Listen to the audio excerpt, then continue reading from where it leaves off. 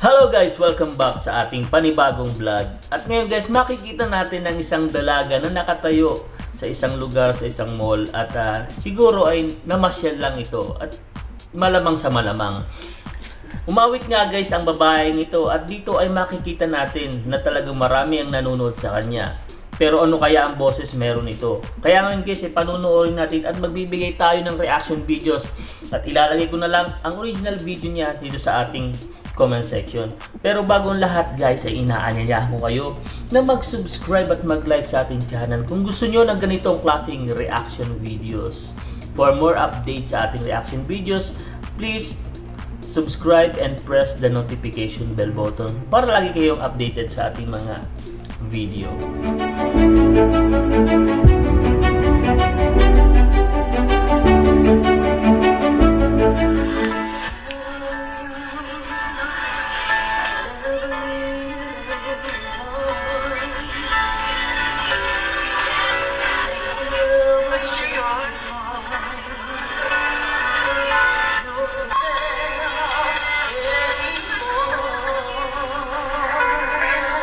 Magaling guys yung babae. Mapapansin nyo itong dalagang ito.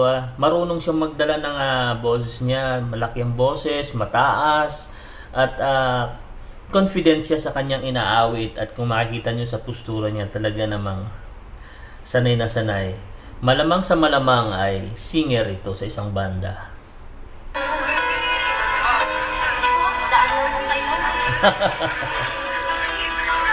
Marunong din mag-entertain.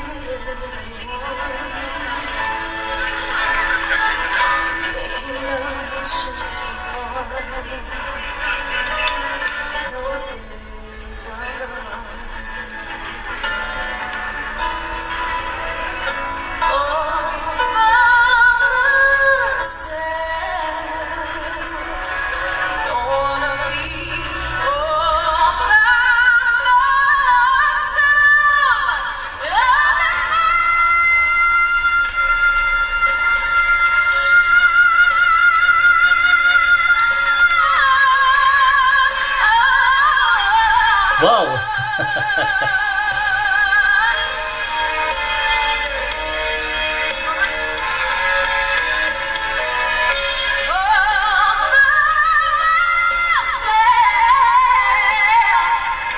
Nag-goosebump tayo guys. Ang grabe, ang taas ang boses nitong dalagang ito. Unexpected yung kanyang pagtaas na yun at hindi rin natin naisipin na magaling pala talaga. Kaya pala confident na umawit sa ganitong klaseng lugar ang dalaga. Dahil talaga palang maganda yung boses niya. Hindi lang maganda, mataas pa guys.